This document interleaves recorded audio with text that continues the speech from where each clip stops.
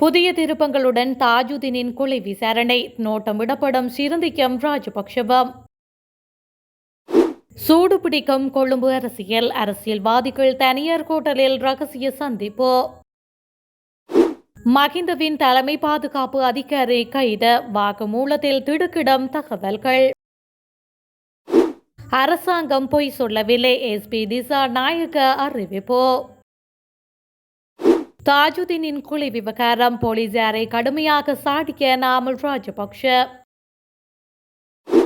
நடிகர் விஜய் தொடர்பில் சென்னை உயர்நீதிமன்றம் கடும் எச்சரிக்கை, அடுக்கடுக்கான கேள்விகளை தொடுத்த நீதிபதி.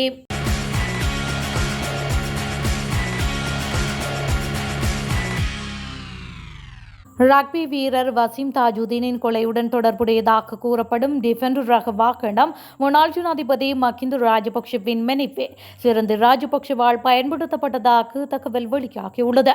அதன்படி குறித்த வாகனத்தில் பயணித்தவர்கள் பற்றிய தகவல்களும் வெளிப்படுத்தப்பட்டுள்ளதாக தெரிவிக்கப்பட்டுள்ளது. சிறிலிய சவிய அறக்கட்டளைக்கு சொந்தமான WPKA 0642 என்ற பதிவு எண்ணை கொண்ட டிஃபெண்டர் ரக வாகனம் ஒன்று வசீம் தாஜுதீனை கடத்த பயன்படுத்தப்பட்டதாக கடந்த 2018 ஆண்டு டிசம்பர் 20 அன்று குற்றப்புலனாய்வு பிரிவு நீதிமன்றத்தில் அறிக்கை அளித்தது. இவ்வாறான பின்னணியில் இந்தோனேசியாவில் கைது செய்யப்பட்டு தடுத்து வைக்கப்பட்டுள்ள கேகல் பத்தர பத்மே, பெக்கோசமன், தெம்பிலி லகிரு, கமாண்டோ செலிந்த மற்றும் பாணந்துரை நிலங்கா ஆகியோரிடம் மேற்கொள்ளப்பட்டு வரும் விசாரணைகளில் ரக்பி வீரர் வசீம் தாஜுதீனின் கொலை தொடர்பாக தகவல்கள் வெளியாகியிருந்தன. இந்த குழுவுடன் நெருக்கமாக பணியாற்றிய அருண விதானகமுகி அல்லது கச்சா எனப்படுபவர் அவர்களிடமிருந்து பிரிந்து சென்ற பல்வேறு குற்றங்கள் தொடர்பிலான உண்மைகளை பகிரங்கமாக வெளிப்படுத்தியிருந்தார்.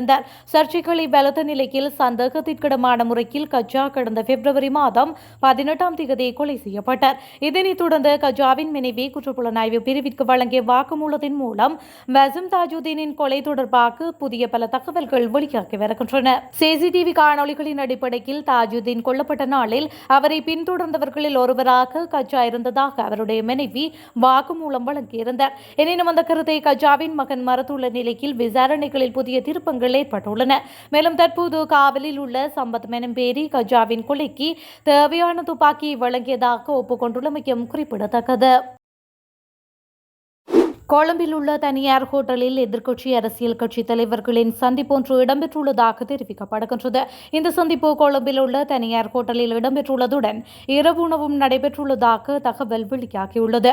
இந்த நிகழ்வில் முன்னாள் ஜனாதிபதி ரணில் விக்ரமசிங்கவும் கலந்து கொண்டதாக கூறப்படுகின்றது. ஐக்கிய தேசிய கட்சியின் தலைவர் வஜிர அபேவர்த்தனவின் அழைப்பின் பேரில் 25க்கும் மேற்பட்ட அரசியல் கட்சிகளை பிரதிநிதித்துவப்படுத்தும் தலைவர்கள் இந்த நிகழ்வில் பங்கேற்றுள்ளனர். இலங்கை பொதுஜன பெரமுனவின் தேசிய அமைப்பாளர் நாமல் ராஜபக்ஷ மற்றும் முன்னாள் நாடாளுமன்ற உறுப்பினர் பேராசிரியர் GLP ரிஸ் ஆகியோர் எதிர்கால அரசியல் நடவடிக்கைகள் குறித்த தங்கள் நிலைப்பாட்டை கூட்டத்தில் விளக்கியுள்ளனர். எதிர்க்கட்சியின் தலைமையில் கொழும்பில் ஒரு பொதுக்கூட்டத்தை நடாத்துவது குறித்தும் கருத்துக்கள் பரிமாறப்பட்டுள்ளன. மேலும் எதிர்காலத்தில் எதிர்க்கட்சிகள் இணைந்து எடுக்க வேண்டிய பல முக்கிய நடவடிக்கைகள் குறித்தும் இதன்போது கலந்துரையாடப்பட்டுள்ளது. இதன்போது முன்னாள் ஜனாதிபதி ரணில் விக்ரமசிங்கே அங்கு முன்வைக்கப்பட்ட அனைத்து திட்டங்களுடனும் உடன்பட்டுள்ளதாக அரசியல் வட்டார தகவல்கள் தெரிவிக்கின்றன. முன்னாள் ஜனாதிபதி மகிந்த ராஜபக்ஷவின் தலைமை பாதுகாப்பு அதிகாரி நெவில் வன்னியாராச்சி நேற்றைய தினம் லஞ்ச ஒழிப்பு ஆணைக்குழுவினால் கைது செய்யப்பட்டார். இதனைத் தொடர்ந்து நெவில் வன்னியாராச்சியை இம்மாதம் 17 வரை விளக்கமறியலில் வைக்க கொழும்பு நீதவான் நீதிமன்றம் உத்தரவிட்டது. சட்டவிரோதமாக வருமானத்திற்கு அதிகமாக 28 மில்லியன் ரூபாய் மதிப்புள்ள சொத்துக்களை குவித்ததாக அவர் மீது குற்றம் சாட்டப்பட்ட நிலையிலேயே அவர் கைது செய்யப்பட்டிருந்தார். கடந்த 2016 ஆண்டு முதல் இவ்விடயத்தில் விசாரணை தொடர்பாக நெவில் வன்னியாராச்சியிடம் தகவல் கோரப்பட்ட போதிலும் அவர் தொடர்ந்தும் தகவல்களை வழங்க தவறிவிட்டார் என்று ஆணைக்குழு தெரிவித்துள்ளது. இந்த நிலையில் நெவில் வன்னியாராச்சி நீண்ட காலமாக விசாரணைக்கு ஒத்துழைக்கவில்லை என்பதையும் சொத்துக்கள் தொடர்பான 5 வழக்குகளில் அவர் குற்றத்தை ஒப்புக்கொண்டதையும் உத்தரவுகளுக்கு அவர் தொடர்ந்தும் கீழ்ப்படியாததையும் கருத்தில் கொண்டு அவரை விளக்கமறியலில் வைக்க நீதவானால் உத்தரவிடப்பட்டுள்ளது. மேலும் நெவில் வன்னியாராச்சி சட்டவிரோதமாக ஈட்டியதாக கூறப்படும் சொத்து தொடர்பில் விரைவில் நாட்களில் நீதிமன்ற ஒன்றில் விரிவான அறிக்கையை தாக்கல் செய்யுமாறு நீதவான் அறிவித்துள்ளார். கடந்த 2014ஆம் ஆண்டுக்கான சொத்துக்கள் மற்றும் பொறுப்புகள் அறிவிப்புகளை நெவில் வெனியாராச்சி வழங்கவில்லை என்றும் 8 ஆண்டுகளாக நடைபெற்று வரும் விசாரணையில் இருந்து பலமுறை தப்பித்து வந்ததாகவும் ஆணைக்குழு சுட்டிக்காட்டியுள்ளது. விசாரணைக்கு உதவுவதற்கு பதிலாக சந்தக நபர் 8 ஆண்டுகளாக தொடர்ந்தும் அவகாசம் கேட்டு வருகின்றார். அதன்படி ஆணைக்குழு அதிகாரிகள் குழு ஒன்று அத்தநாயக்க மெதலமுனவில் உள்ள சந்தக நபரின் வீட்டுக்கு சென்றபோது சந்தக நபர் அங்கு இல்லை. சந்தக நபரை தொலைபேசி மூலம் தொடர்பு கொள்ள முயற்சிகள் மேற்கொள்ளப்பட்டன. ஆனால் தொலைபேசி துண்டிக்கப்பட்டது என தெரிவிக்கப்படுகின்றது.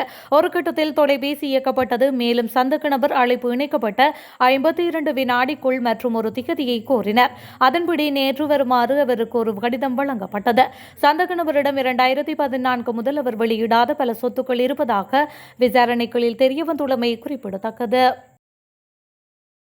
தற்பொழுது ஆட்சியில் உள்ள தேசிய மக்கள் சக்தி அரசாங்கம் பொய் சொல்லவில்லை என முன்னாள் அமைச்சர் SP திசாநாயக்க தெரிவித்துள்ளார். வரலாற்றில் ஒருபோதும் 3/2 பெரும்பான்மை பலத்தை பெற்றுக்கொள்ள முடியாது என முன்னாள் ஜனாதிபதி JR ஜெயவர்தன கோரியிருந்த நிலையில் இம்முறை தேர்தலில் தேசிய மக்கள் சக்தி அரசாங்கம் அமோக வெற்றியை ஈட்டியது என அவர் சுட்டிக்காட்டியுள்ளார். கடந்த கால அரசாங்கங்களின் பலவீனங்கள் மோசடிகள் காரணமாக அவர்கள் தோல்வியடைந்தனர் என அவர் சுட்டிக்காட்டியுள்ளார். உண்மையில் இந்த அரசாங்கம் பொய்யுரைக்கவில்லை எனவும் கடந்த அரசாங்கங்களில் இருந்தவர்கள் பொய்யுரைத்த காரணத்தினால் தோல்வியை தழுவினார்கள் எனவும் தெரிவித்துள்ளார். முன்னாள் ஜனாதிபதி கோட்டாபய ராஜபக்ஷவிற்கு வழங்கிய வாக்குகளில் 60% ஜனாதிபதி அனுரவுக்கு கிடைத்ததாகவும் பொது தேர்தலில் இந்த வாக்குகள் மேலும் பெருவாரியாக அதிகரித்தது எனவும் அவர் மேலும் தெரிவித்துள்ளார். அரசாங்கம் நியாயமான விசாரணையை நடாத்தி தாஜுதீனின் ஆன்மாவுக்கு நீதி வழங்க வேண்டும் என்று இலங்கை பொதுஜன பெரமுனவின் தேசிய அமைப்பாளரும் நாடாளுமன்ற உறுப்பினருமான நாமல் ராஜபக்ஷ தெரிவித்துள்ளார். அரசாங்கம் போலீசாரை பயன்படுத்தி பொய்யான ஆதாரங்களை உருவாக்கி வருவதாகவும் நாமல் ராஜபக்ஷ குற்றம் சாட்டியுள்ளார். மேலும் அரசாங்கத்தில் பதவி உயர்விற்காக செயல்படக்கூடாது எனவும் போலீசார் தங்கள் மரியாதையை பாதுகாக்க வேண்டும் என்று அவர் கேட்டுக் கொண்டுள்ளார். சம்பவம் தொடர்பாக பொய்யான ஆதாரங்களை உருவாக்கி 24 மணி நேரத்திற்குள் நீதிமன்றத்தில் சமர்ப்பிக்க வேண்டிய உண்மைகளை மறைத்துவிட்டதாகவும் குறிப்பிட்டுள்ளார். எனவே குறைந்தபட்சம் தற்போதாவது நியாயமான விசாரணையை நடாத்தி தாஜுதீனின் ஆன்மாவுக்கு நீதி வழங்க வேண்டும் என்று தெரிவித்துள்ளார். ரக்பி விளையாட்டு வீரர் வசீம் தாஜுதீனின் சடலம் கடந்த 2012ஆம் ஆண்டு மே மாதம் 17ஆம் தேதி மீட்கப்பட்டது.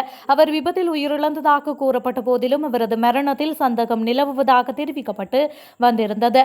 இந்த நிலையில் தாஜுதீனின் மரணம் தொடர்பான விசாரணைகள் மீண்டும் பெரும் சர்ச்சையை ஏற்படுத்தி வருகின்றமை மேலும் குறிப்பிடத்தக்கது.